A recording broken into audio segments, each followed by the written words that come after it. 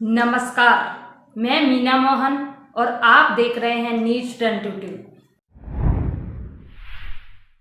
बौद्ध धर्मावलंबी दशहरा त्योहार नहीं मनाते हैं। आज ही के दिन सम्राट अशोक ने कलिंग पर विजय हासिल की थी। हजारों माओं के बेटे आज के दिन शहीद हो गए। कलिंग युद्ध में लाखों की संख्या में योद्धा मारे गए।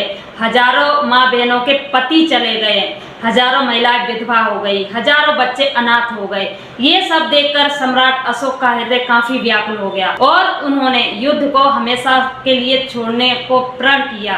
आज ही के दिन सम्राट अशोक ने अस्त्र शस्त्र त्याग दिए थे और बुद्ध धर्म को अपना लिया था।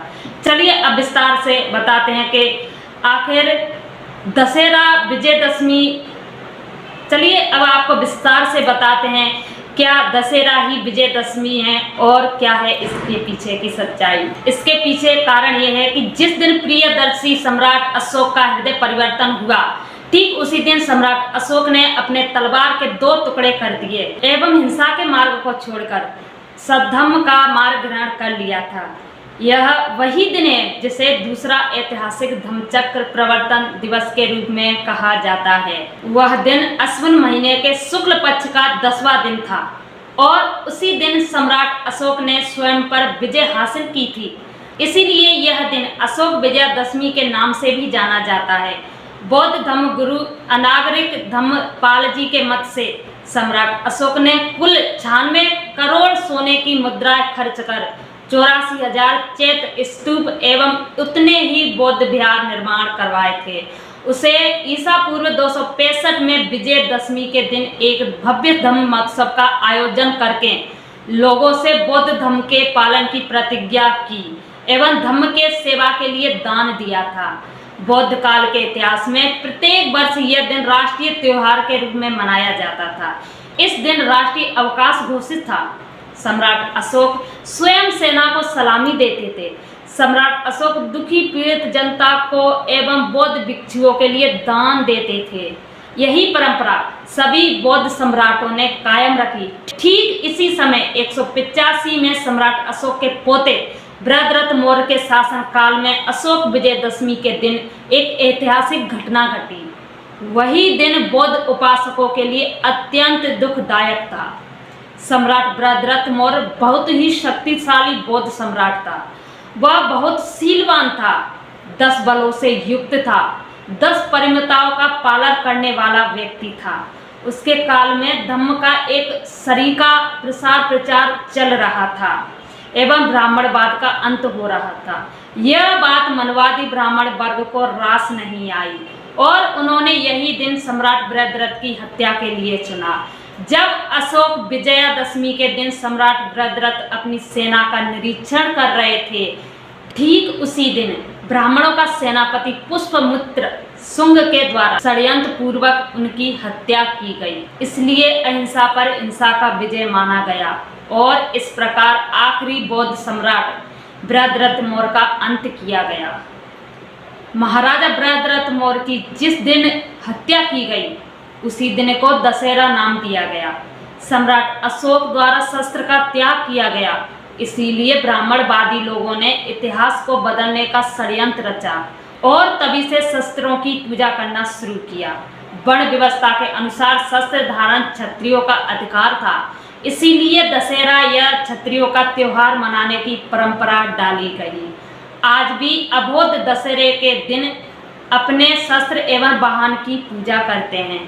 प्रमाण स्वरूप 10 परिमित धारण करने वाले बृहद्रथ मौर्य को भी रावण की उपमा देकर 10 मुंह वाला पुतला बनाकर राम क्षत्रियों के द्वारा मारकर दहन किया जाता है। तथागत बुद्ध ने 2525 ईसा पूर्व ब्राह्मणवाद पर अंकुश लगाने हेतु बौद्ध धर्म रूपी वृक्ष लगाकर ऐतिहासिक धम्म क्रांति स्थापित की।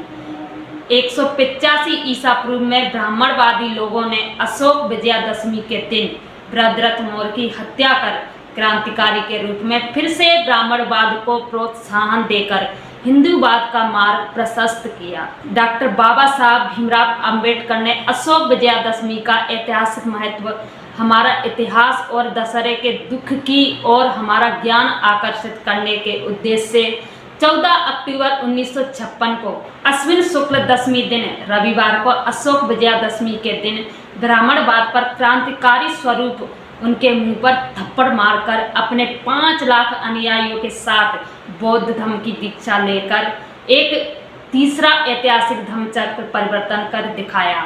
इसीलिए हम नागपुर के दीक्षा भूमि पर जाकर डॉक्टर बाबा साहब अम्बेडकर को श्रद्धा सुमन अर्पित करते हैं। हमारे पूर्वज और उनका इतिहास होते हुए देखना उचित नहीं। महान लेखक चंद्रिका प्रसाद जिज्ञासु की पुस्तक रावण एवं उसकी लंका में रावण को 10 परमिता का पालन करने वाला सदाचारी और न्यायी राजा कहा गया है। रावण ने ब्राह्मण यज्ञ में निरपराध पशुओं की बलि देने का विरोध किया था। इसलिए ब्राह्मणवादी लोगों ने रामायण की गलत रचना कर रावण का चरित्र हनन किया। रावण की हत्या को 10 परमिता से हारने वाला दशहरा नाम दिया। इससे काल्पनिक महाकाव्य रामायण के रचनाकारों की कूटनीति समझ में आती है। एक तरफ उन्होंने महाराज रावण को पाप और हिंसा की उपाधि दी तो दूसरी तरफ रावण को ज्ञान, विवेक और सामर्थ्यवान कहकर प्रभावित किया और क्षत्रियों से ज्यादा उच्च स्थान देकर अंतिम क्षणों में उसे ब्राह्मण घोषित कर दिया। महात्मा बल संपन्न लोक रावण जैसे महानायक के पुतले को दशहरे के दिन जलते देखकर खुशियां मनाने वालों में बुद्धों की संख्या भी कम नहीं है। दक्षिण भारत में आज भी आदिवासी एवं द्रविड़ लोग दशहरे के दिन रावण की जगह राम का पुतला जलाते हैं, परंतु हम बौद्धों को ऐसा नहीं करना चाहिए। द्वेष एवं तिरस्कार करना बौद्ध धर्म के विरोध है। इसलिए महाराज रावण के अच्छे गुणों की पूजा एवं उनके इतिहास को आगे बढ़ाने का कार्य करना चाहिए। बौद्धों को दशहरे के दिन अपने वाहन, मशीन तथा शस्त्र की पूजा नहीं करना चाहिए। यह अंधविश्वास है, धर्म विरोधी आचरण है। इस संदर्भ में भारत के मूल निवासी बलि राजा इनके इतिहास का जिक्र करना बहुत महत्वपूर्ण है। बलि राजा एवं उनके पूर्वज को भारतीय पुरातन ग्रंथ में अनार्य, असुर व दस्यु आदि नाम से संबोधित किया गया है, परंतु डॉक्टर अंबेडकर ने अपने मूल ग्रंथ शूद्र एवं प्रतिक्रांति इन लेख में बलि राजा और उनके पूर्वजनों को भारतीय मूल निवासी घोषित किया। इस संदर्भ में विष्णु द्वारा हिरण्यकश्यप नाम के असुर का वध करके पुत्र प्रहलाद की इसलिए रक्षा की थी। प्रहलाद आर्य संस्कृति में निपुण होना चाहता था, जबकि हिरण्यकश्यप इसका विरोध करता था। एक और उल्लेखनीय उदाहरण ये है कि असुर जो सुरापान नहीं करता, इसी हिरण्यकश्यप का पुत्र प्रहलाद था और प्रहलाद के पुत्र का नाम विमोचन था और इसी विमोचन का पुत्र बलि राजा था। बलि राजा के अधिकार क्षेत्र में बहुत प्रदेश थे। इसके अतिरिक्त सिंसल द्वीप एवं उनके आसपास के अनेक द्वीप उनके अधिकार क्षेत्र में आते थे। भारत के मूल निवासी राजा में बलि बहुत शक्तिशाली थे, न्यायपूर्ण तथा जनहितवादी राजा माना जाता था। उनकी दान शूरता समस्त संसार में प्रचलित थी। आर्य बार बार बलि को पराजित कर उनके राज्य को हड़पना चाहते थे। ऐसे में एक बार आर्यों ने राजा बलि को पराजित करने के लिए वामन यानी ब्राह्मण की मदद ली। तब ब्राह्मण ने अपनी सेना के साथ बलि राज्य पर आक्रमण किया। भाद्र पक्ष महीने के कृष्ण प्रतिपदा से आश्विन महीने की शुक्ल अष्टमी तक यह महायुद्ध चलता रहा। वामन ने इस युद्ध में बलि को कपट से मार डाला। इसलिए वामन अपने विजय के कारण गर्व से मस्ताने लगा और उसने देखा कि बलि राजा के राजधानी में कोई भी लड़ाकू सैनिक नहीं बचा। तो इसी संधि का फायदा उठाकर उसने अश्विन शुक्ल दशमी के दिन सुबह सुबह नगर में प्रवेश किया और बलि राजा के घर का सारा सोना लूट कर ले गए। इसीलिए अभ्रंश रूप में सिमोल्लंघन कर सोना लूटो यह परंपरा आज भी दशहरे के दिन हमें देखने को मिलती है। इसी प्रकार दशहरा यह क्षत्रियों का त्योहार है। इससे बौद्धों को कोई लेना देना नहीं है, क्योंकि बलि राजा भारत का मूल निवासी था और हम भी उन्हीं मूल निवासियों की संतान हैं। हम उस वक्त भी वेद के विरोध में थे और आज भी हैं। हम आज भी यज्ञ संस्कृति एवं चातुर्वर्ण पद्धति के समर्थक नहीं हैं। इसीलिए हम बौद्धों को दशहरा बिल्कुल भी नहीं मनाना चाहिए, बल्कि हमें विजयदशमी के रूप में आज के दिन को धूमधाम से मनाना चाहिए। इस वीडियो में फिलहाल इतना ही। आपकी इस वीडियो पर क्या राय है, इन विचारों पर क्या आपकी राय है, तो अपने सुझाव हमें कमेंट बॉक्स में ज़रूर दें और वीडियो को दोस्तों रिश्तेदारों में शेयर करें, चैनल को सब्सक्राइब करें। और अगर आप चाहते हैं कि न्यूज़ 22 ऐसे ही आपको लगातार खबरें दिखाता रहे जिनको जातिवादी, गोदी व मनवादी मीडिया कभी नहीं दिखाएगा और डटकर मनवाद, जातिवाद का विरोध और खंडन करता रहे, तो आप हमें आर्थिक सहयोग भी करें। नमस्कार।